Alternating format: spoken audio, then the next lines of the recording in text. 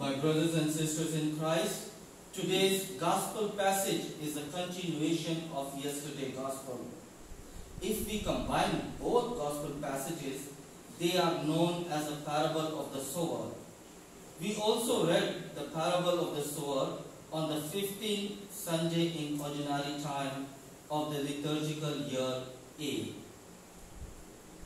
The Mother Church encourages us to read again and again because the parable of the sower is one of the most crucial parables taught by Jesus towards the power of the Word of God and mercy of the Lord.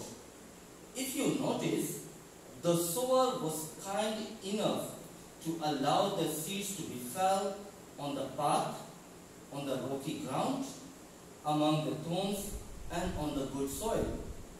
But why only one soil was able to produce the fruit in abundance? What is special in that soil? Or it was just good soil? If you carefully read the text, you can observe that good soil actually did not do anything. It just received the seeds, that is the Word of God. And the Word of God is the divine grace. The good soil just allowed the divine grace to work on it and bring fruit in abundance. Whereas the first category of the people, metaphorically called by Jesus, path, were only hearers, but they were so busy in other things and counting their own achievements, considering that their own effort they are able to do everything. Their rude and selfish attitude does not allow the divine grace to work in their life, and at the end, they never experience the divine grace in their life. The second category of people, although they are called the joyful receiver of the divine grace, accepted but did not allow the divine grace to work in their life. They depend on their power, political and social context, but they forgot the persecution and hardship is the way to enter in the kingdom of God as written in the sacred scripture. It is through many persecutions that we must enter the kingdom of God. The third category of people, the worried people, are always worried about others' comments. Oh, what people will say?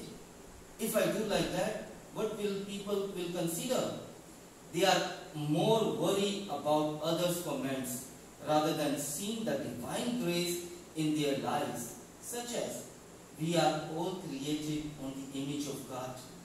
And St. Paul in his first letter, St. Peter in his first letter encourages the believers to put all their worries on God because God cares for them. The fourth category of people, it is only the good soil which felt the need of the divine grace. The soul accepted the divine grace, appreciated it, allowed it to work on it. Hence, through the grace of God, the 100-fold, the 60-fold, or 30-fold fruit has been produced. Therefore, it is necessary for a believer to allow and practice the grace of God. Like St. Paul, God's grace is sufficient for me, rather than rationalizing or sophisticating or philosophizing all the graces what we receive. It is always good to leave ourselves into the hand of God and allow God to work in our life. May Mary, the Mother of God and our Mother, intercede for us to acknowledge the grace of God in our lives, as she did by saying to Angel Gabriel, I am the handmaid of the Lord. May it be done to me according to your word.